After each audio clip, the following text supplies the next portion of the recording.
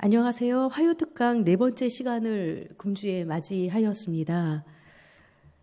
지난 3주간에 걸쳐서 상담의 신학을 다루었습니다. 첫 번째는 그리스도의 사신에 관해 말씀드렸습니다. 우리 모두는 그리스도의 사신입니다. 왕의 보내심을 받은 자로서 왕의 메시지를 대언해야 합니다. 왕의 원하는 방법으로 그의 메시지를 전달해야 합니다. 그리고 보내심을 받은 자는 나를 보내신 자의 왕의 그 성품을 드러내야 합니다. 둘째 주에는 상담 사역의 본질과 마음 사역의 중요성에 관해 말씀드렸습니다. 상담 사역이란 죄가 드러났을 때 온유한 심령으로 내담자들을 바로 잡는 것입니다. 이때 상담자 자기 자신을 살피고 서로 짐을 져야 하는 것입니다. 다음은 마음 변화의 중요성에 관해 말씀드렸습니다. 사람은 마음에 있는 것을 입으로 말하게 됩니다. 선을 마음에 쌓으면 선한 말을 하게 되고 악을 마음에 쌓으면 악한 말을 하게 됩니다. 그러므로 인간이 변화되기 위해서는 마음이 변화돼야 하는 것입니다. 지난주에는 우상의 의미에 관해서 말씀드렸습니다. 사람마다 마음에 각기 우상을 두고 있다는 것입니다. 그 우상은 하나님보다 더 사랑하는 것을 말합니다. 그 우상은 하나님과 인간 사이를 가로막는 담이 됩니다. 하나님께서는 우상의 수요를 따라 인간을 취급하십니다. 그러므로 그 우상을 회파해야 합니다. 다음은 보물의 의미를 말씀드렸습니다. 우상의 자리에 진정한 보물을 모셔야 하는 것입니다. 우리의 인생에서 가장 소중히 여기는 어떤 보물이 있는 것입니다. 세상에 어떠한 보물도 우리의 인생에 진정한 행복이 줄 수 없는 것입니다. 진정한 나의 보물은 오직 예수 그리스도 한 분밖에 없습니다. 그 다음은 분노의 원인에 대해서 말씀드렸습니다. 사람이 분노를 느끼게 되고 심한 다툼이 일어나는 것은 바로 정욕 때문이라고 말씀드렸습니다. 바로 우리 자신이 언제 분노를 많이 느끼는지를 살펴야 하겠습니다. 그리고 그리스도의 온유와 겸손으로 나의 교만한 마음을 대체해야 하는 것입니다. 하나님은 교만한 자를 물리치시고 겸손한 자에게 은혜를 베푸시는 하나님이십니다. 그러므로 우리는 주 앞에서 자신을 낮추어야겠습니다. 그럼 오늘 상담의 7대 원리를 다루고자 합니다. 첫 번째부터 세 번째 원리를 금주에 다루도록 하겠습니다. 먼저 첫 번째와 세 번째 원리를 다루기 전에 모든 심리 상담이 가지고 있는 5가지의 주요한 초점들이 있는데 그 초점들에 대해서 살펴보겠습니다. 모든 심리 상담의 이론은 인간의 본성이 무엇이며 어떻게 형성되었는가를 다룬다는 것입니다. 곧 본성이 잘못되었다면 무엇이 잘못되었고 어디에 영향을 주느냐라는 것입니다. 사회 문화적인 어떤 문제를 가지고 있느냐라는 것입니다. 인간 본성을 이해하는 것은 감정과 행동과 사고 모든 부분에 영향을 주게 됩니다. 둘째는 인간의 문제에 대해서 해결을 위한 대책을 제시합니다. 인간의 본성을 어떻게 이해하느냐에 따라 해결 방법도 달라지게 됩니다. 성경은 여기서 우리에게 문제 해결책을 알려줍니다. 셋째는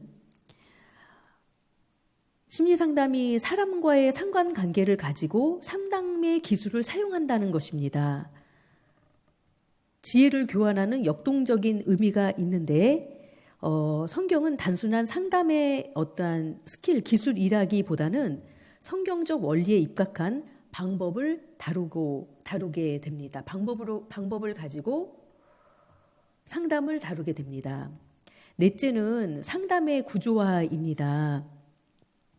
사람들이 상담을 필요로 할 때 어떻게 그들을 만날 것인가라는 것입니다. 그리스도인들을 위한 새로운 상담 구조를 개발할 필요가 있습니다. 다섯째는 모든 상담의 이론은 다른 상담의 이론을 비판한다는 것입니다. 곧 행동주의 심리학자는 프로이트의 심리학을 공격합니다. 정신분석학자들은 행동주의를 공격합니다. 그리고 이 둘은 인식론을 비판합니다. 여기서의 인식론은 인간의 느낌을 인식화한다는 것인데요. 인식 자체가 상담의 목표이고 인식하는 사람이 건강하다는 이론입니다. 그런데 이 세 가지의 이론이 모두 기독교를 비판한다는 것입니다. 그러면 본격적으로 상담의 7가지 기본 원리 가운데 첫 번째 원리로 들어가 보겠습니다. 첫 번째, 먼저 그 상담의 7가지의 원리 전체를 한번 살펴보겠습니다. 첫째, 인간은 하나님의 형상대로 지음받았다라는 것입니다. 두 번째 원리는 인간은 죄로 인하여 타락한 존재라는 것입니다. 세 번째, 인간의 문제는 마음의 문제라는 것입니다. 네 번째, 상담의 주요 도구는 성경입니다. 성경적 상담의 본보기는 예수 그리스도입니다. 여섯 번째, 인간은 이 세상에서 고통당하는 존재입니다. 일곱 번째, 인간의 진정한 변화는 바로 성령의 역사에서 이루어집니다. 그러면 첫 번째 원리는 인간은 하나님의 형상대로 지음받았다라는 것입니다. 우리가 의학을 공부할 때 인간 해부학을 먼저 공부하지 않습니까? 왜냐하면 의사가 인간의 구조를 알아야 하기 때문입니다. 그러면 우리가 만나는 내담자는 어떤 존재인가라는 것입니다. 이처럼 상담자도 상담을 할 때 그 대상을 바로 알아야 합니다. 인간이 어떠한 존재인가를 바로 알아야지만 상담도 바르게 할 수 있습니다. 그러면 인간은 어떤 존재인가? 창세기 1장 26절부터 31절의 말씀을 살펴보겠습니다. 먼저 26절을 읽어보겠습니다. 하나님이 이르시되 우리의 형상을 따라 우리의 모양대로 우리가 사람을 만들고 그들로 바다의 물고기와 하늘의 새와 가축과 온 땅과 땅에 기는 모든 것을 다스리게 하자 하시고 하나님께서 말씀하셨습니다. 우리의 형상을 따라 우리의 모양대로 사람을 만들고라고 말씀하셨습니다.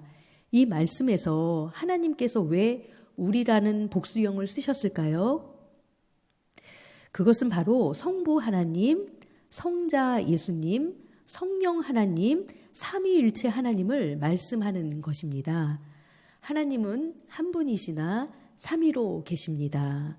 그 하나님께서 일체가 되십니다. 그래서 우리는 하나님, 삼위일체 하나님을 믿습니다. 하나님께서는 우리의 모양대로 사람을 만들자고 계획하셨습니다. 이 말씀에서 우리의 모양이란 무엇을 의미합니까? 바로 영적인 존재로 사람을 만들겠다는 것이고 하나님처럼 인격적인 존재로 사람을 창조하겠다는 말씀이십니다. 그러므로 인간은 하나님의 모양대로 지음을 받은 것입니다. 그러므로 상담의 첫 번째 원리는 인간은 하나님의 형상대로 지음받았다는 것입니다. 하나님께서는 사람을 만들어 세상의 모든 것을 다스리게 하자고 계획하셨던 것입니다. 사람이 바다의 고기와 공중의 새와 육축과 온 땅과 온 땅에 기는 모든 것을 다스리는 책임을 하나님께로부터 받았습니다. 이것을 신학적인 용어로 문화명령이라고 말씀합니다. 하나님께서는 인간을 창조하시고 문화명령을 주신 것입니다. 27절의 말씀을 보시겠습니다. 하나님이 자기 형상 곧 하나님의 형상대로 사람을 창조하시되 남자와 여자를 창조하시고, 이 말씀에도 하나님은 자기 형상대로 곧 하나님의 형상대로 사람을 창조하셨다고 말씀하십니다. 그런데 하나님께서는 남자와 여자로 창조하셨습니다. 사람을 남자만 창조하지 않으셨고 여자만 창조하지 않으시고 각각 창조하셨습니다. 여러분 한번 생각해 보십시오. 세상에 만약 남자만 창조되었다면 어떠했겠습니까? 또 만약 여자만 창조되었다면 어떠했겠습니까? 남자에게는 여자가 필요하고 여자에게는 남자가 필요합니다. 그것이 하나님의 창조의 섭리입니다. 최근 동성애 문제가 사회적 이슈가 되고 있습니다. 세상 사람들은 동성 간의 사랑도 허용하고자 하고 있습니다. 그래서 차별금지법을 제정하려고 하고 동성애자들을 옹호하고자 하는 사회적 풍토가 만연해 있습니다. 그러나 이것은 성경 말씀과 대치되는 것이요, 창조의 섭리에 대한 도전인 것입니다. 그리스도인들은 성경대로 동성애를 찬성할 수가 없고 차별금지법에 동의할 수 없는 것입니다. 28절을 이어서 보겠습니다. 하나님이 그들에게 복을 주시며 하나님이 그들에게 이르시되 생육하고 번성하여 땅에 충만하라. 땅을 정복하라. 바다의 물고기와 하늘의 새와 땅에 움직이는 모든 생물을 다스리라 하시니라. 하나님께서는 사람들에게 복을 주셨습니다. 하나님께서 사람들에게 이르시되 생육하고 번성하여 땅에 충만하라고 말씀하셨습니다. 그리고 땅을 정복하라. 바다의 물고기와 하늘의 새와 땅에 움직이는 모든 생물을 다스리라 하셨습니다. 그렇습니다. 인간은 어떠한 존재입니까? 하나님의 형상대로 지음받은 존귀한 존재입니다. 하나님께서 인간에게 주신 사명이 무엇입니까? 그것은 다스리는 것입니다. 생육하고 번성하여 땅에 충만하고 땅을 정복하고 바다의 물고기와 하늘의 새와 땅의 모든 생물을 다스리는 것입니다. 이것이 바로 문화 명령인 것입니다. 29절의 말씀을 이어보겠습니다. 하나님이 이르시되 내가 온 지면에 씨 맺는 모든 채소와 씨 가진 열매 맺는 모든 나무를 너희에게 주노니 너희의 먹을거리가 되리라. 하나님께서 말씀하셨습니다. 온 지면에 씨 맺는 모든 채소와 씨 가진 열매 맺는 모든 나무를 우리에게 주셨습니다. 그것이 바로 우리의 먹을거리가 된 것입니다. 30절을 보겠습니다. 또 땅에 모든 짐승과 하늘의 모든 새와 생명이 있어 땅에 기는 모든 것에게는 내가 모든 풀을 먹을거리로 주노라 하시니, 또 땅의 모든 짐승과 하늘의 모든 새와 생명이 있어 땅에 기는 모든 것에게는 하나님께서 모든 푸른 풀을 먹을거리로 주노라 하시니 그대로 된 것입니다. 하나님께서 땅의 모든 짐승과 하늘의 모든 새와 생명이 있어 땅에 기는 모든 것에게 바로 먹을거리를 주었던 것입니다. 하나님께서 그리 말씀하시니 그대로 이루어졌습니다. 그 하나님께서 말씀으로 천지를 창조하신 것입니다. 말씀으로 사람을 창조하셨고 말씀으로 모든 짐승을 창조하셨습니다. 하나님이 말씀하시자 그 말씀대로 그대로 이루어졌습니다. 이것이 창조주 하나님의 능력입니다. 하나님께서는 말씀하셨고 그 말씀은 그대로 이루어졌던 것입니다. 오늘날도 하나님의 말씀은 그대로 이루어집니다. 그러므로 하나님을 믿는 그리스도인들은 하나님의 말씀을 듣고 읽고 묵상하며 그 말씀대로 순종하며 행해야 할 것입니다. 성경대로 믿는 것이 진정한 신앙입니다. 성경대로 말씀을 전해야 하고 성경대로 상담해야 하는 것입니다. 이어서 31절을 보겠습니다. 하나님이 지으신 그 모든 것을 보시니 보시기에 심히 좋았더라. 저녁이 되고 아침이 되니 이는 여섯째 날이니라. 하나님이 지으신 그 모든 것을 보셨습니다. 하나님께서는 말씀으로 지으신 피조물들을 보시고 심히 좋았다라고 말씀하셨습니다. 하나님께서는 말씀으로 세상을 창조하시고 기뻐하셨던 것입니다. 하나님은 저와 여러분을 만드시고 심히 좋아하시고 기뻐하셨습니다.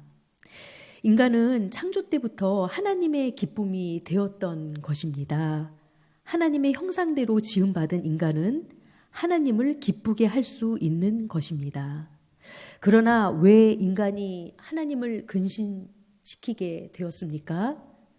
그것은 바로 하나님의 형상을 인간이 상실했기 때문입니다.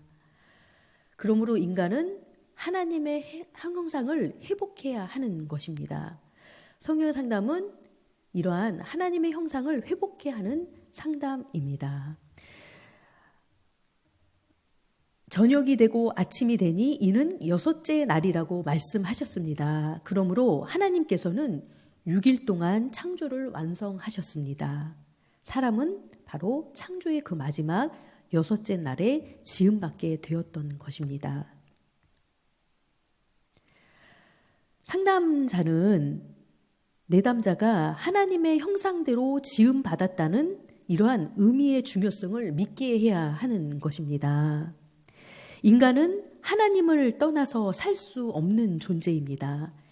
인간에게 행해진 최초의 상담자는 바로 하나님이셨습니다. 하나님께서는 인간에게 삶의 의미와 목적, 자신들의 기능, 정체성, 기능의 규칙, 기초들을 바로 알게 하셨던 것입니다. 사람은 하나님의 형상대로 따라가도록 지음받았습니다. 만약 인간이 사랑과 공의, 은혜와 같은 하나님의 형상대로 살아가지 않는다면 그는 본성적으로 어떤 문제에 부딪히게 될 것입니다. 그러므로 인간은 본질적으로 하나님과 떨어질 수 없는 관계에 있습니다. 하나님의 형상을 따르고자 할 때에 그때에 바로 가장 안락함과 평안함을 누릴 수 있는 것입니다. 바로 성경에 나타난 첫 번째 대화이며 인간에게 행해진 최초의 상담이었습니다. 그리고 상담자는 하나님이셨습니다. 무엇이 인간으로 하여금 상담이 필요하게 합니까? 인간의 본성 자체가 상담을 필요로 하는 것입니다. 하나님의 상담 없이는 본래 창조의 목적에 맞게 살 수 없습니다. 놀라운 상담자가 우리 인간에게 오셨고 바로 우리의 정체성과 목적을 가르쳐 주셨습니다. 왜 아담과 하와가 상담 없이 살 수 없었습니까? 무엇이 아담과 하와가 다른 피조물들과 다르게 만들어진 걸까요? 여기에는 바로 피조물과 다른 세 가지의 특징이 있습니다. 그 첫 번째를 살펴보겠습니다. 바로 인간은 여타의 다른 피조물들과 다르게 계시받는 자로 창조되었다는 것입니다. 바로 인간은 창조될 때 어떠한 피조물도 받지 못한 의사소통의 능력을 받았습니다. 하나님의 말씀을 듣고 이해할 수 있고 그리고 그것을 삶에 적용할 수 있는 존재로 창조된 것입니다. 인간은 하나님의 이러한 방향 제시 없이는 인간답게 살아갈 수 없고 하나님께 영광 돌리는 충만한 삶을 살기 위해서는 바로 이러한 하나님의 말씀이 절대적으로 필요한 것입니다. 하나님의 도움 없이 살려고 한다면 나 자신을 인간 이하의 존재가 되게 하는 것입니다. 상담은 하나님에게 불가피하게 의존적인 우리의 이러한 본성을 겸손하게 인정하는 데서 시작되어야 하는 것입니다. 둘째는 바로 인간이 해석자로 창조되었다는 것입니다. 인간은 생각할 수 있는 놀라운 존재로 창조되었습니다. 항상 인간 안에서 일어나고 있는 것과 인간 주변에서 일어나는 것들을 조직하고 해석하고 설명합니다. 오직 하나님의 말씀만이 인간의 세상을 정확하게 해석할 수 있습니다.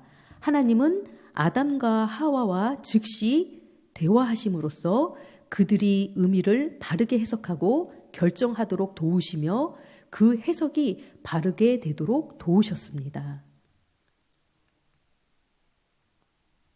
그런데 이러한 상담의 자리에서 보면 이러한 내담자들의 해석이 많이 왜곡되어 있는 것을 실제 보게 됩니다. 세 번째는 인간은 바로 예배자로 창조되었다라는 것입니다. 모든 사람은 예배자입니다. 이것은 우리가 무엇을, 누구를 섬기는가의 문제입니다. 아담과 하와는 예배자로 창조되었습니다. 예배는 그저 단순한 행위가 아니라 자신의 존재를 정의하는 정체성을 의미합니다. 그들에게는 예배가 있는 삶이 필요하고 그것을 위해 하나님의 계시가 필요한 것입니다. 그런데 거의 모든 심리학의 이론은 이러한 창조론을 따르고 있지 않고 진화론과 이론론을 전제로 하고 있습니다. 성경은 하나님께서 세상을 창조하셨다고 말씀하십니다. 사람들은 인간이 진화에 의해서 만들어졌다고 또 진화를 주장합니다. 그런데 인본주의 심리학은 이러한 진화론에 근거하고 있다는 것입니다. 또한 인간은 하나님의 형상대로 지음받은 영적인 존재인데 심리학은 영적인 존재를 부인하는 이론론을 전제하고 있습니다. 심리학에서는 이렇듯 영적인 부분을 다루지 않습니다. 영적인 부분을 해결할 수 없기 때문입니다. 심리학에는 영적인 부분에 대한 대답이 없습니다. 그럼 그렇다고 심리학의 영역이 우리에게 전혀 도움이 되지 않습니까? 그건 아닙니다. 학문의 영역으로 인간에게 어느 정도의 도움을 일시적으로 줍니다. 성경과 충돌이 없는 부분은 상담에서 사용할 수도 있다고 봅니다. 그러나 기독교 세계관과 충돌되는 이론이 있다면 사용할 수 없습니다. 심리학으로는 인간을 근본적으로 변화시킬 수 없기 때문입니다. 인간은 하나님의 형상을 닮은 영적인 존재입니다. 영적인 존재를 부인하는 학문으로는 인간을 바르게 이해하고 변화시키는데 한계가 있는 것입니다. 예를 들어 행동주의 심리학은 인간의 모든 행위가 어떤 원인에 의해 주어지며 행위에 관심을 가집니다. 동기는 중요하게 다루지 않습니다. 그러나 성경 상담은 행위에만 초점을 두지 않고 인간의 마음의 동기에 초점을 둠으로써 상담을 진행합니다. 행동주의 심리학은 조건을 중요시 여깁니다. 더 적합한 행위와 습관을 가르쳐 길들여 주고자 하는 것입니다. 그러나 성경적 상담은 행위 이전에 내담자의 마음을 바꾸고자 하는 상담입니다. 다음 상담의 두 번째 원리로 들어가 보겠습니다. 상담의 두 번째 원리는 인간은 죄로 인하여 타락한 존재라는 것입니다. 본래 인간은 하나님의 상담에 의존해서 살고 있었습니다. 그런데 창세기 3장에 거짓된 상담이 등장하는 것을 봅니다. 바로 사단의 상담입니다. 창세기 3장 1절에서 6절까지의 말씀을 보겠습니다. 그런데 뱀은 여호와 하나님이 지으신 들 짐승 중에 뱀이 가장 간교하니라. 뱀이 여자에게 물어 이르되 하나님이 참으로 너희에게 동산 모든 나무의 열매를 먹지 말라 하시더냐? 여기 약간 오자가 있습니다. 그런데 여호와 하나님이 지으신 들 짐승 중에 뱀이 가장 간교하니라 라고 말씀하십니다. 뱀은 여호와 하나님이 지으신 들 짐승 중에 가장 간교합니다. 뱀이 여자에게 물었습니다. 하나님이 참으로 너희에게 동산 나무의 모든 열매를 먹지 말라 하시더냐? 여자가 뱀에게 말합니다. 2절을 보겠습니다. 여자가 뱀에게 말하되 동산 나무의 열매를 우리가 먹을 수 있으나 3절을 이어보시겠습니다. 동산 중앙에 있는 나무의 열매는 하나님의 말씀에 너희는 먹지도 말고 만지지도 말라 너희가 죽을까 하노라 하셨느니라. 즉 여자는 뱀에게 말하기를 동산 나무의 열매를 우리가 먹을 수 있지만 동산 중앙에 있는 나무의 열매는 하나님께서 먹지 말라고 했다고 합니다. 하나님의 말씀에 너희는 먹지도 말고 만지지도 말라 하셨는데 그 이유는 너희가 죽을까 하노라 하셨다라고 대답을 하는 것입니다. 여기서 하와는 하나님의 말씀을 왜곡시키고 있습니다. 하나님께서는 동상 중앙에 있는 나무의 열매를 먹으면 정령 죽으리라 말씀하셨습니다. 그러나 하와는 죽을까 하노라 하면서 하나님의 말씀을 약화시키고 있는 것입니다. 4절의 말씀을 이어보겠습니다. 뱀이 여자에게 대답을 합니다. 뱀이 여자에게 이르되 너희가 결코 죽지 아니하리라. 뱀의 대답이 결국 거짓 상담이었던 것입니다. 그 열매를 먹으면 죽게 되는 것인데 결코 죽지 않는다고 상담을 한 것입니다. 심지어 5절의 말씀을 보시면 너희가 그것을 먹는 날에는 너희 눈이 밝아져서 하나님과 같이 되어 선악을 알 줄 하나님이 아심이라 라고 거짓말을 했습니다. 뱀의 이러한 거짓 상담은 그 열매를 따먹어도 죽지 아니한다라고 말했을 뿐 아니라 그것을 먹는 날에 눈이 밝아져서 하나님과 같이 될 것이라고 속인 것입니다. 6절의 말씀을 이어보겠습니다. 여자가 그 나무를 본즉 먹음직도 하고 보암직도 하고 지혜롭게 할 만큼 탐스럽기도 한 나무인지라 여자가 그 열매를 따먹고 자기와 함께 있는 남편에게도 주매 그도 먹은지라. 그 여자가 나무를 볼 때 어떻게 느꼈습니까? 나무를 보았을 때 먹음직했습니다. 둘째는 보암직했습니다. 셋째는 지혜롭게 할 만큼 탐스럽기도 했습니다. 그리고 그 여자는 그 열매를 따먹었습니다. 그리고 자기와 함께 있는 남편에게도 주매 그도 먹게 됩니다. 여자는 하나님의 명령을 거역했고 그의 남편 아담에게도 주어 그도 하나님의 명령을 거역하게 했던 것입니다. 이렇듯 창세기 3장에는 거짓된 상담이 등장한다는 것을 알 수 있습니다.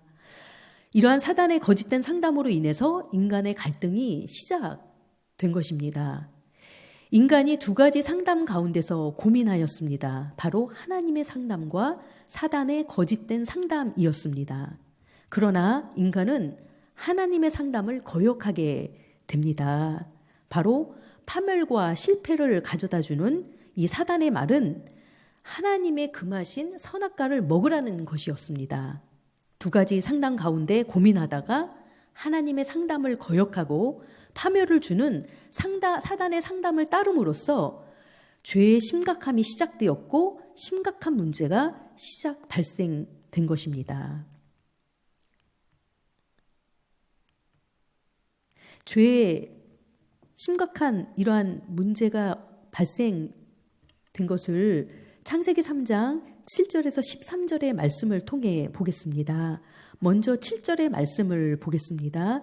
이에 그들의 눈이 밝아져 자기들의 몸이 벗은 줄을 알고 무화과 나무 잎을 엮어 치마로 삼았더라. 이에 그들의 눈이 밝아졌습니다. 그리고 자기들의 몸이 벗은 줄을 알게 되었습니다. 그래서 부끄러움을 감추려고 무화과 잎을 엮어서 치마를 삼았습니다. 그들은 여호와의 음성을 이때 듣게 됩니다. 8절을 보시겠습니다. 그들이 그날 바람이 불 때 동산에 거니시는 여호와 하나님의 음성을 듣고 아담과 그의 아내가 여호와 하나님의 낯을 피하여 동산 나무 사이에 숨은지라. 네, 그날 바람이 불 때 동산의 거니지는 여호와 하나님의 음성을 듣게 됩니다.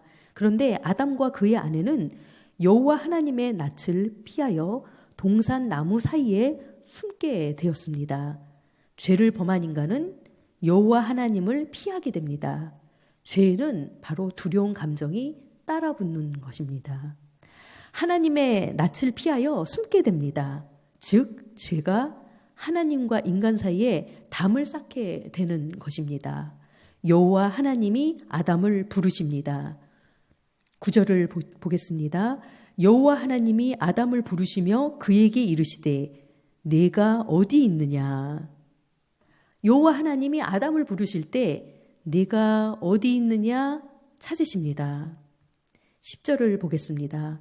이르되 내가 동산에서 하나님의 소리를 듣고 내가 벗었으므로 두려워하여 숨었나이다 라고 대답합니다. 즉 아담은 하나님의 소리를 분명히 들었지만 자신이 벗은 것을 깨달았고 두려워하였으며 숨게 되었던 것입니다.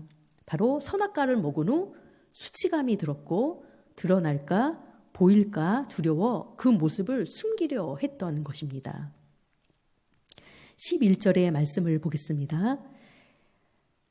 하나님이 말씀하십니다. 이르시되 누가 너의 벗었음을 네게 알렸느냐. 내가 네게 먹지 말란 그 나무 열매를 내가 먹었느냐. 하나님께서 말씀하시기를 누가 너의 벗었음을 너에게 알렸느냐라고 물으셨습니다. 내가 먹지 말라 한 그 나무 열매를 네가 먹었느냐고 물으셨습니다. 하나님께서는 분명 그 열매를 먹지 말라 명하셨습니다. 그 나무의 열매를 내가 먹었느냐고 재차 물으시는 겁니다. 하나님은 아담이 자신의 벗었음을 수치스러워하고 부끄러워한다는 것을 보시고 아담이 이미 그 나무의 열매를 따먹었다는 것을 알고 계셨습니다. 아담은 하나님께 대답을 했습니다. 12절입니다. 아담이 이르되 하나님이 주셔서 나와 함께 있게 하신 여자 그가 그 나무 열매를 내게 주므로 내가 먹었나이다. 아담이 대답하기를 하나님이 주셔서 나와 함께 있게 하신 그 여자가 주므로 내가 먹었나이다 라고 대답합니다. 여기 아담의 대답에서 바로 책임 전가하는 모습을 발견하게 됩니다. 첫째는 누구에게 책임 전가를 합니까? 하나님께 책임을 전가합니다. 하나님께서 내게 주신 그 여인, 바로 그 여인을 하나님이 주시지 않았느냐고 책임을 전가했던 것입니다. 둘째는 누구에게 책임을 전가합니까? 나와 있게 하신 여자, 즉 하와에게 책임을 전가합니다. 바로 그 여인이 그 나무의 열매를 내게 주므로 내가 먹었다고 대답을 합니다. 아담은 선악과를 따먹은 자기 자신의 책임을 인정하지 않고 바로 하나님과 하와에게 그 책임을 전가하고 있는 것입니다. 하나님께서 여자에게 말씀하십니다. 13절입니다. 여호와 하나님이 여자에게 이르시되 내가 어찌하여 이렇게 하였느냐? 여자가 이르시되 뱀이 나를 꿰므로 내가 먹었나이다. 하나님이 여자에게 말씀하시기를 어찌하여서 이렇게 하였느냐라고 물으셨습니다. 여자가 대답을 했습니다. 뱀이 나를 꿰므로 내가 먹었나이다. 여자도 자기의 책임을 인정하지 않고 그 책임을 뱀에게 전가시키고 있습니다. 이 책임 전가라는 것은 상담에서 주요하게 다뤄지는 영역입니다. 상담의 초기 때 상황, 어떠한 상대, 어떠한 다양한 대상에게 책임 전가를 하는 그러한 내용들을 상담 초기에 볼 수 있게 됩니다. 바로 인간이 하나님과의 관계가 깨어지면 인간과의 관계도 깨어지게 된다는 것입니다. 바로 남에게 책임을 전가하는 것이 죄의 특성입니다. 하나님과의 관계가 깨어진 인간은 인간 사회와의 관계도 깨어지는 것이고 자연과의 관계도 깨어지는 것입니다. 땅이 가시와 엉겅퀴를 내게 되어 먹고 사는 것이 힘들게 된 것입니다. 결국 인간이 하나님의 형상이라는 사실을 거부하고 독립된 자로 존재하려고 시도하게 됩니다. 즉 인간은 하나님과 이웃과 자연과 이 모든 관계가 깨어진 것입니다. 그리고 바로 자기 자신과의 관계도 깨어집니다. 바르게 자신을 이해하지 못하고 해석해내지 못합니다. 하나님의 말씀을 거역하고 불순종하게 될 때에 이렇게 하나님과의 관계뿐만이 아니라 모든 관계가 깨어지는 것입니다. 그렇다면 인간은 어떻게 살아야 합니까? 바로 하나님의 상담을 따라야 합니다. 그 말씀에 순종하며 살아야 하는 것입니다. 그것이 바로 회복의 정답입니다. 성경적 상담은 인간이 하나님의 형상으로 창조함을 받았고 이렇게 죄로 인해 타락했다는 사실에서 그 출발점을 찾습니다. 그러나 인본주의 심리학에서는 이 두 가지의 원리를 전혀 인정하지 않습니다. 그것은 바로 상담의 대상인 인간을 잘못 이해하고 있는 것입니다. 특히 인본주의 심리학은 인간이 본질적으로 선하다고 말을 합니다. 이것은 바로 성경적 인간관과 정면으로 배치되는 인간관인 것입니다. 인간은 스스로 성장할 수 있고 적응하며 자립을 위해 움직이고 그리고 자기 구현이라는 것이 인간 속에서 기본 동기를 부여한다는 것입니다. 곧 자기 구현이란 인간 속에 선한 것, 좋은 것을 실현하고 가시화하려는 경향을 말합니다. 그러므로 이 경향을 마음껏 발휘하도록 해주면 인간이 밖으로 열매를 맺고 훌륭한 사람이 되고 그리고 만약 문제가 있어도 스스로 해결할 수 있다는 이론입니다. 이렇게 인식함으로써 인간의 최대 관심사는 바로 자기 자신이 되어버린 것입니다. 하나님도 아니고 다른 사람도 아닌 바로 나 자신인 것입니다.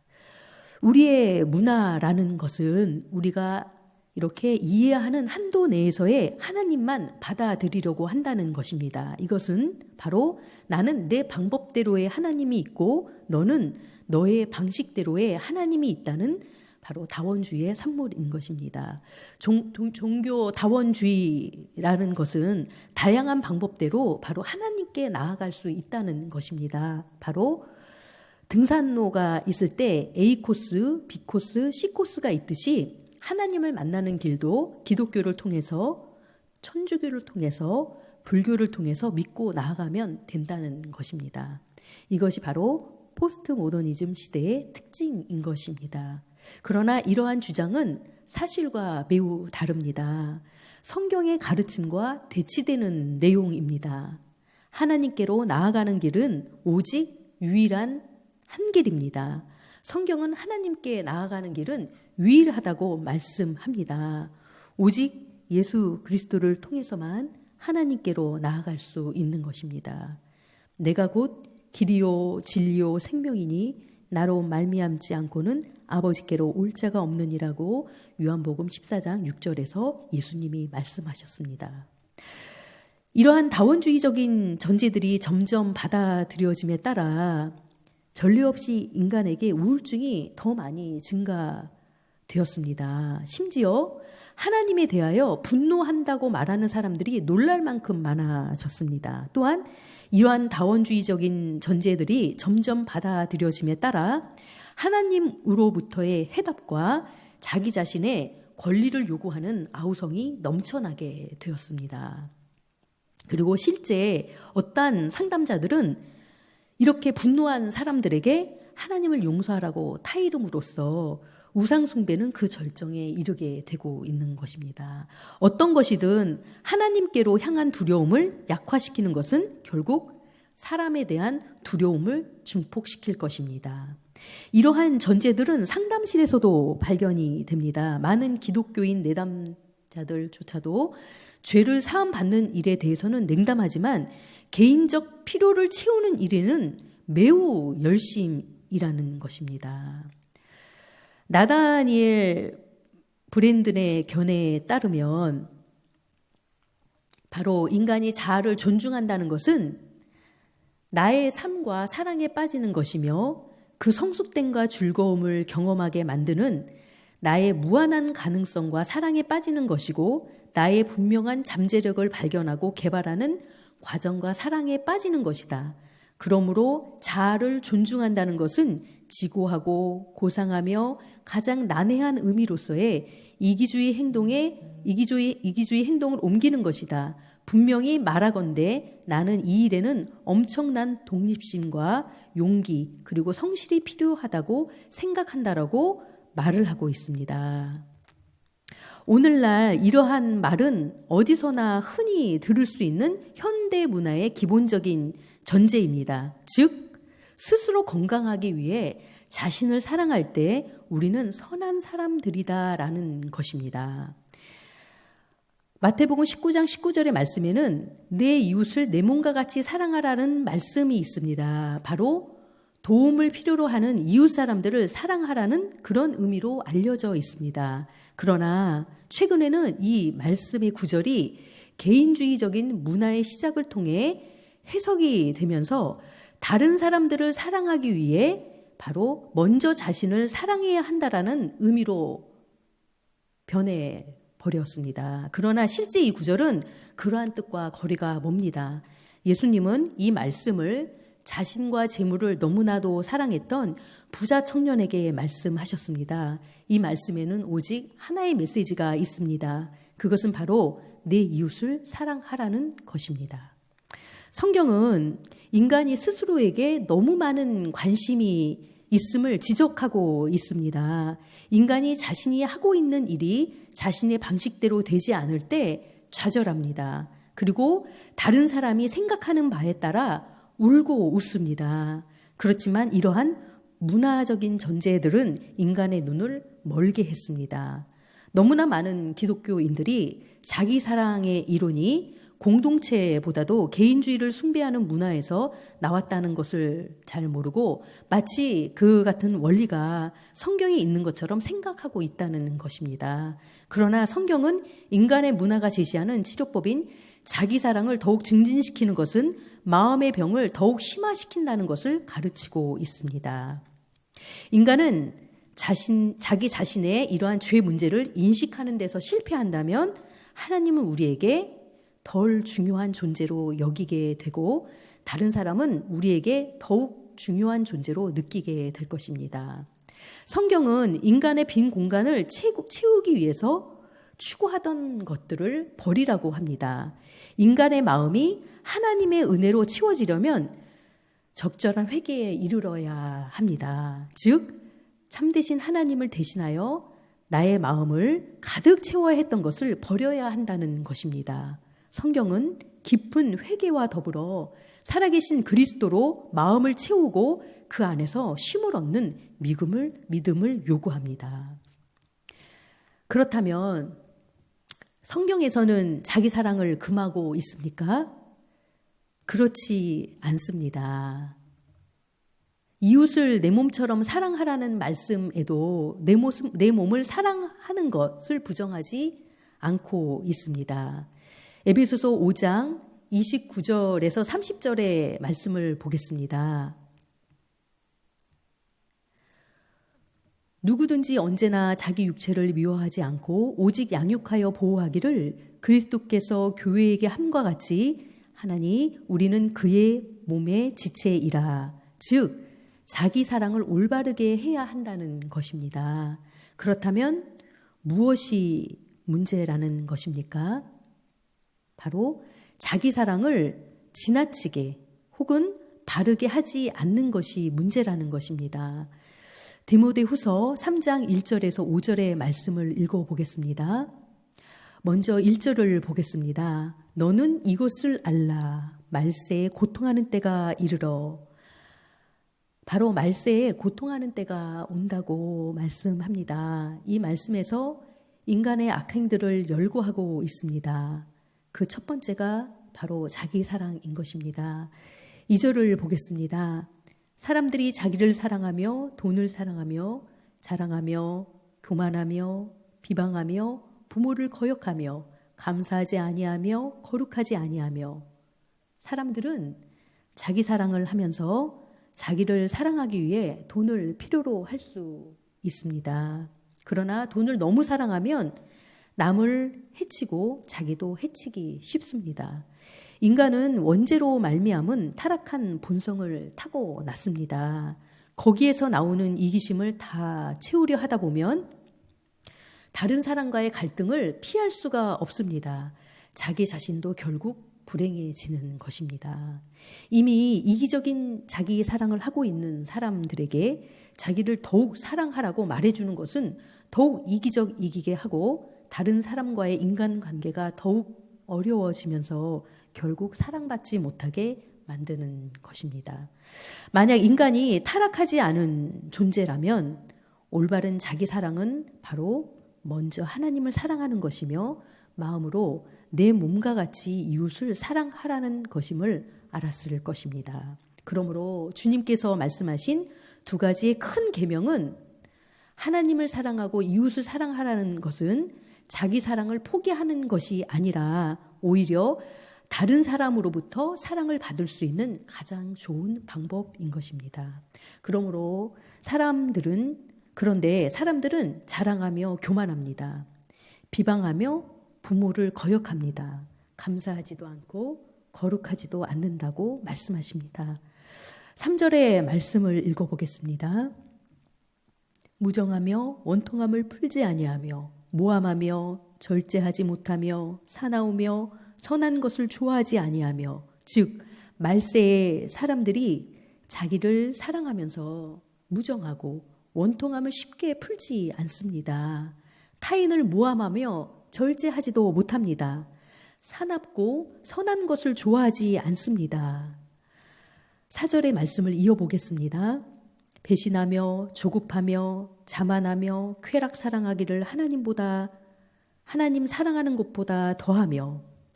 사람들은 쉽게 배신하며 조급합니다. 자기의 이해관계에 도움이 안 된다고 판단하면 배신해 버리는 것입니다. 그리고 자만하며 쾌락을 사랑합니다. 심지어 하나님을 더 사랑하는 것보다 쾌락을 더 사랑하는 경향이 있습니다. 성경은 이러한 자들을 경건의 모양은 있으나 경건의 능력은 부인하는 자라고 말하고 있습니다. 5절의 말씀을 보겠습니다. 경건의 모양은 있으나 경건의 능력은 부인하니 이 같은 자들에게서 내가 돌아서라. 그리스도인들은 어떻게 해야 되겠습니까? 경건의 모양은 있으나 경건의 능력을 부인하는 자들에게서 돌아서라고 말씀하는 것입니다. 즉 이들에게서 우리는 돌아서야 합니다. 바로 자기 사랑이 지나치거나 바르지 않은 것이 문제임을 지적하고 있습니다.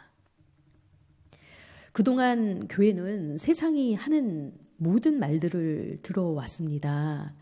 가장 일반적인 대응은 세상의 생각들에 그저 약간의 변형을 가미하는 것이었습니다. 예를 들면 기독교 출판계에서 베스트셀러가 되는 책들을 보면 이러한 필요에 대한 전제를 인간 이해의 중심으로 삼습니다. 이러한 책에서 말하는 것은 사람에 대하여 마치 채워지기를 기다리고 있는 수동적인 빈장과 같다고 말하는 것과 같습니다. 저자들은 이렇게 말합니다. 모든 사람은 하나님께서 주신 사랑에 대한 필요를 가지고 태어납니다. 그리고 요람에서 무덤까지 충족되어야 하는 정당한 필요라고 말을 하고 있는 것입니다. 성경은 인간이 필요함을 가진 존재라고 명백히 말을 합니다. 그러면 인간에게 진정으로 필요한 것이 무엇이겠습니까? 인간에게 진정으로 필요한 것이 무엇입니까? 첫째, 우리는 생물학적 필요를 갖도록 창조되었다는 것입니다. 곧 우리에게는 식량이 필요하고 위험한 환경이 있을 때 보호가 필요하다는 것입니다. 이러한 필요를 충족하기 위해서 우리는 하나님이 절대적으로 필요하고 다른 사람이 필요한 것입니다. 둘째는 우리는 영적인 필요를 가진 죄인이라는 것입니다. 그리스도의 죄 사함과 구속의 사역이 우리에게 없다면 우리는 영적으로 죽은 자들입니다. 그래서 우리는 예수님을 필요로 합니다. 예수님에게서 배워야 하며 그분으로부터 멀리 떨어져 살아갈 때는 책망을 받아야 할 필요가 있는 것입니다. 셋째는 우리는 제한된 능력을 가진 인간으로 창조된 것입니다. 우리는 하나님의 목적을 성취하고 그분의 무한하신 영광을 반영하기 위해서 다른 사람들과의 그 연합을 필요로 하는 존재입니다. 이와 같이 인간은 생물학적인 필요와 영적인 필요를 가진 죄인이며 제한된 능력을 가진 인간으로 창조된 것입니다. 그러므로 성경적 상담에서는 자신의 죄의 깨달음이 필요합니다. 만약 그들이 태어날 때부터의 이러한 악한 근성과 스스로의 잘못을 깨닫지 않는다면 하나님으로부터의 구원을 받아야 할 필요를 느끼지 못할 것이기 때문입니다. 인간으로서 우리는 자신의 뜻대로 살아갈 수 없는 존재입니다. 우리는 구원과 치유와 용서가 필요합니다. 우리에게는 지속적인 변화를 가능하게 만드는 이 땅에 다시 오실 그리스도의 복음이 절대적으로 필요합니다. 이것만이 우리의 개인적인 소망이며 다른 사람에게 대한 우리의 사역의 근거가 되는 것입니다. 바로 하나님 나라의 복음의 본질은 이 땅에서의 고난이나 고통, 상실로부터의 해방이 아닙니다. 이것은 바로 죄로부터의 해방, 어떻게 보면 부패된 나 자신으로부터 나를 구원하기 위해 오신 구속주에 대한 소식인 것입니다. 그분 안에서 우리는 믿음과 사랑과 소망을 가지고 삶에 직면할 수 있습니다. 바로 그분이 우리를 변화시킬 때 우리는 다른 사람의 삶을 변화시키는 바로 그리스도의 사역에 동참할 수 있게 됩니다. 성경적 상담은 인간이 하나님의 형상대로 지음을 받았고 그리고 인간은 죄로 인해 타락한 존재라는 이 사실에서 출발점을 찾습니다. 그런데 일반 인본주의 심리학에서는 이러한 원리를 전혀 인정하지 않는다고 말씀드렸습니다. 예를 들어 행동주의 심리학은 인간을 하나님께 지음받았다라는 것을 거부하는 심리학입니다. 인간의 모든 행위는 바로 잘못된 학설에 의해서 길들여졌다고 하고 동기가 중요하게 다루어지지 않습니다. 또 인본주의 심리학에서는 칼 로저스의 비지시적 상담이 있는데 이 이론은 하나님의 존재를 믿지 않고 인간을 선한 존재로 말하고 있습니다. 정신분석학에서는 종교의 필요성을 거부합니다. 그리고 인간의 정신 구조를 세 가지로 나누는데 원초와 자아, 초자아 이러한 의식 구조로 되어 있다고 말을 합니다. 바로 원초아는 쾌락의 원리에 의하여 지배된다고 말을 하고 자아는 이성에 의하여 현실의 원리에 지배받는다라고 합니다. 그리고 초자아는 양심의 원리에 의해서 지배받는다고 합니다. 그런데 여러분 한번 생각해 보십시오. 인간은 하나님의 창조에 의해서 피조된 존재입니다. 또한 인간의 마음의 동기가 너무 중요한 것입니다. 또한 인본주의 심리학에서 인간은 선한 존재라고 말하지만 인간은 죄로 인하여 타락한 존재라고 성경이 분명히 말해줍니다. 세상의 중심은 인간이 아니라 바로 하나님이신 것입니다. 또 정신분석학에서 종교의 필요성을 거부하고 있습니다. 그러나 인간은 영적인 존재로 창조되었으므로 영이신 하나님을 찾게 되어 있습니다. 그럼 다음 세 번째 원리로 들어가 보겠습니다. 세 번째 원리는 바로 인간의 문제는 마음의 문제라는 것입니다. 상담자가 사람의 마음의 문제를 다루어야 하는 이유는 인간의 모든 행동이 마음으로부터 나오기 때문입니다. 즉, 인간의 행동 변화는 마음의 변화가 일어나기 전에는 전혀 일어나지 않기 때문입니다. 말의 문제도 곧 마음의 문제인 영적인 부분입니다. 바로 우리의 믿음과 신앙 고백들 역시 마음으로부터 나오는 것입니다. 로마서 10장 10절의 말씀을 보겠습니다. 사람이 마음으로 믿어 의에 이르고 입으로 시인하여 구원에 이르느니라고 기록되어 있습니다. 바로 믿음으로 의롭게 되는 것도 마음의 변화로부터 출발하는 것입니다. 그러므로 내담자를 변화시키기 위해서는 먼저 내담자의 마음에 다가서도록 상담을 해야 하는 것입니다.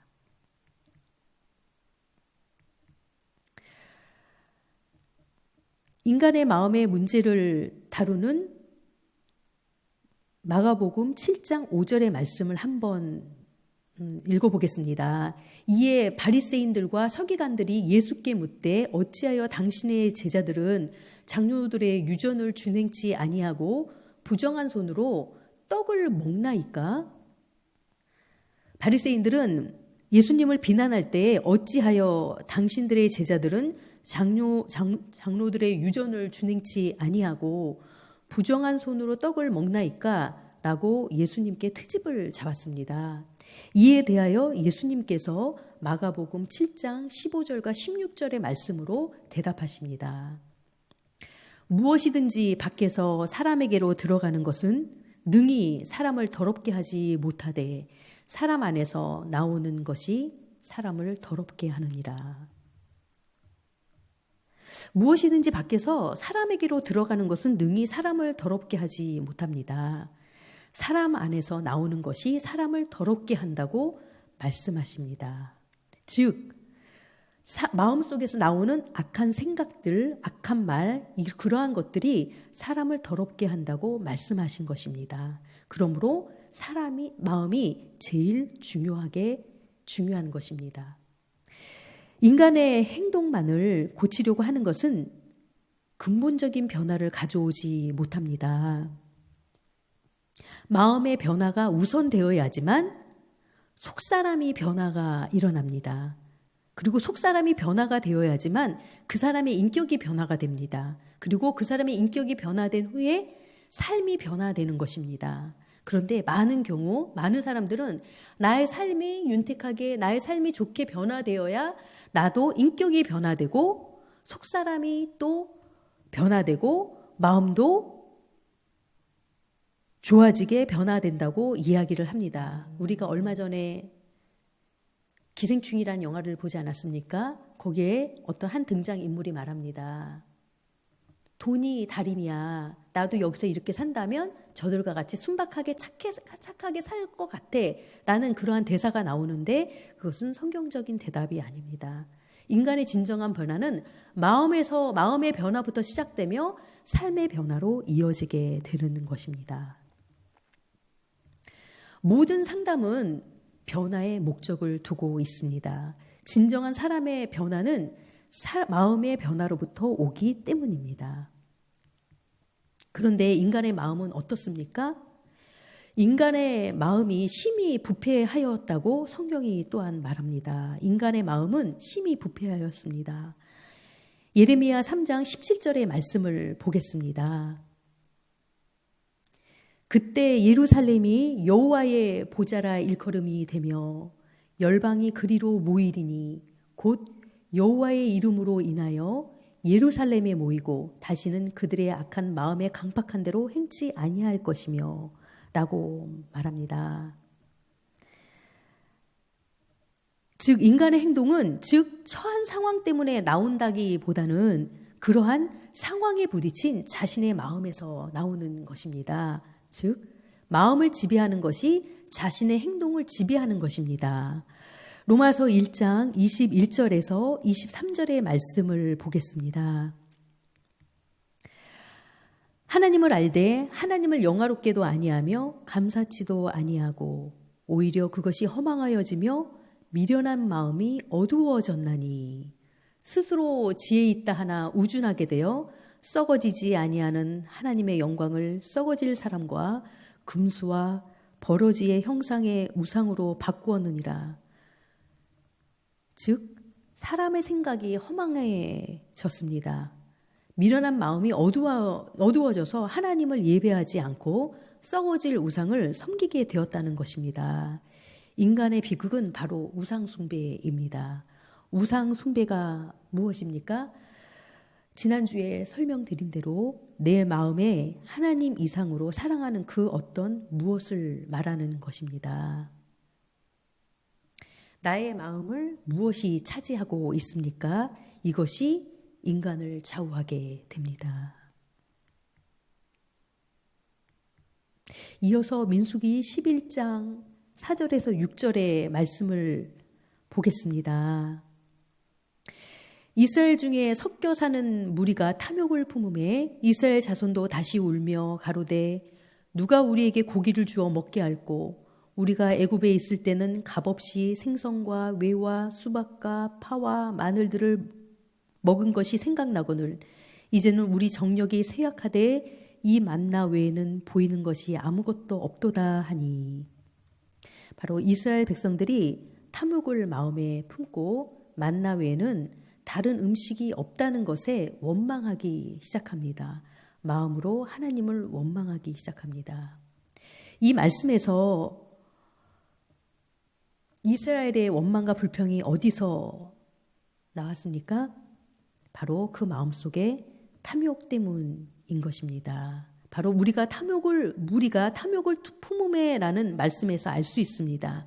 그들이 하나님을 원망한 것, 바로 그것은 마음에서 비롯된 것입니다. 그러면 결과는 무엇입니까? 하나님이 원망하는 것을 기뻐하지 않았습니다.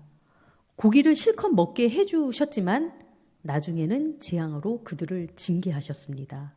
죄는 근본적으로 우상숭배적인 것입니다. 나의 마음이 주님보다는 다른 어떠한 것을 바라기 때문입니다. 인간은 창조주에 대한 예배와 섬김으로부터 떠납니다. 바로 피조물에 대한 예배와 섬김으로 그들의 마음을 옮겨갔던 것입니다. 우리의 모든 행동의 저변에는 바로 영적인 전쟁, 즉 마음에 대한 지배권 전쟁이 있는 것입니다.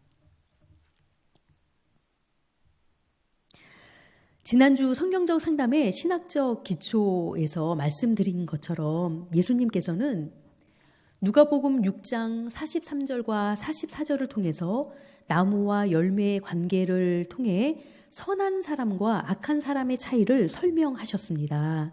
나무를 볼 때 일반적으로 열매를 보는데 이와 같이 우리는 사람을 볼 때 외적인 행동을 보는 경향이 있습니다. 이 행동은 과연 어디로부터 왔습니까? 그것은 바로 뿌리인 마음에서 온 것이라고 말씀드렸습니다. 예수님께서 말씀하시기를 마음에 가득한 것이 입으로 나온다라고 하셨습니다. 그러므로 열매를 변화시키려면 뿌리를 먼저 변화시켜야 합니다. 뿌리가 변화하지 않으면 열매는 변하지 않는 원리입니다. 그러므로 완전하고 지속적인 변화는 마음이 먼저 변화되어야만 하는 것입니다. 그래서 성경적 상담자는 내담자의 마음의 변화에 초점을 맞추어 대화를 합니다. 그들의 마음속으로 들어가는 진입문을 발견해야 되고 말씀을 받아들일 수 있는 순종하는 마음으로 내담자의 마음을 변하게 만들어야 합니다. 진입문을 발견하는 것은 그 상담의 방법인데 상담의 방법에서 다루어지는 좀 깊이 있는 내용입니다. 인간의 모든 문제는 이렇듯 자신의 마음의 문제에서 곧 마음에 문제가 있다는 것을 가르쳐야 한다는 것입니다. 하나님은 우리의 마음을 바꾸실 것을 약속하십니다. 우리의 마음을 바꾸시는 하나님이 곧 우리의 삶도 바꾸실 것입니다. 결국 이처럼 인간의 문제는 마음의 문제인 것이며 인간의 진정한 변화는 곧 마음의 변화로부터 오는 것입니다. 먼저 속사람이 변화되어야만 그 사람의 인격이 변화되는 것입니다. 그리고 그 인격이 변화된 후에 그 사람의 삶이 질적으로 변화되는 것입니다. 그러므로 마음에 무엇이 가득 차 있는가에 따라서 그 사람의 행동이 달라집니다. 만약 우리의 마음이 예수 그리스도로 가득 차 있다면 그는 참 그리스도인의 삶을 살 것입니다. 그러나 우리의 마음에 하나님보다 더 사랑하는 그 무엇, 그 어떤 것이 나의 마음을 차지하고 있다면 내 마음의 우상이 되는 것이며 그 삶은 바로 우상숭배의 삶이 되는 것입니다. 그러므로 상담이 성경적으로 되기 위해서는 사람의 마음 깊은 곳에 뿌리를 내려야 합니다. 이러한 내담자의 깊은 뿌리, 그 근원을 찾아 상담을 진행하게 됩니다. 그러면 개인적인 이러한 성장과 이런 사역을 위해서 몇 가지 적용점이 있다는 것을 말씀드리려고 합니다. 첫째, 우리의 마음은 항상 다른 사람 또는 다른 어떤 것에 지배되고 있다는 것입니다. 둘째는 마음을 살펴볼 때 가장 중요한 질문은 이 상황에서 내담자 이 사람의 마음을 기능적으로 지배하는 것이 무엇인가라는 것입니다. 그리고 셋째는 내 마음을 지배하는 것이 무엇이든지 간에 그것은 사람들과 상황에 대한 나의 반응을 지배한다는 것입니다. 넷째는 오직 하나님께서 우리를 변화시키고자 하실 때 우리가 여러 가지 새로운 시도를 하도록 가르침으로 그 일을 이루시는 것이 아닙니다. 오직 하나님 한 분만을 우리의 마음에 섬기도록 우리의 마음을 사로잡음으로써 우리를 변화시켜 나가십니다. 다섯째는 바로 인간의 갈등의 가장 근원적인 문제는 고통과 고난의 문제가 아니라 예배의 문제라는 것입니다. 왜냐하면 우리의 마음을 지배하는 것이 고난에 대해서도 축복에 대해서도 반응하는 방법을 지배할 것이기 때문입니다. 그럼 오늘 다룬 내용들을 간략히 정리해 보겠습니다. 오늘 성경 상담의 7대 원리 가운데 3가지를 말씀드렸습니다. 첫째는 바로 인간은 하나님의 형상대로 지음받았다는 것입니다. 둘째는 인간은 죄로 인해 타락한 존재라는 것입니다. 그리고 인간이 가진 문제는 마음의 문제라는 것입니다. 하나님의 형상대로 지음받은 우리들이 죄를 범하여 타락한 존재가 되었고 수많은 마음의 문제를 가지고 있으므로 어떻게 이 문제를 해결하느냐라는 것입니다. 이러한 대답에 대해서는 다음 주에 이어서 강의에 말씀드리도록 하겠습니다. 오늘도 저희의 강의를 경청해 주셔서 감사합니다. 기도로 마무리하겠습니다. 기도하겠습니다. 사랑의 하나님, 참으로 감사합니다. 저희들을 하나님의 형상대로 창조하여 주셔서 참으로 감사합니다. 영적인 존재로, 인격적인 존재로 창조하여 주심을 감사합니다. 그러나 저희들은 하나님의 말씀에 불순종하여 죄를 범하고 타락하게 되었습니다. 하나님, 저희들의 죄와 허물을 용서하여 주시옵소서. 저희들의 수많은 마음의 문제들을 예수 그리스도께서 해결하여 주시옵소서. 살아계신 예수님의 이름으로 기도드립니다. 아멘.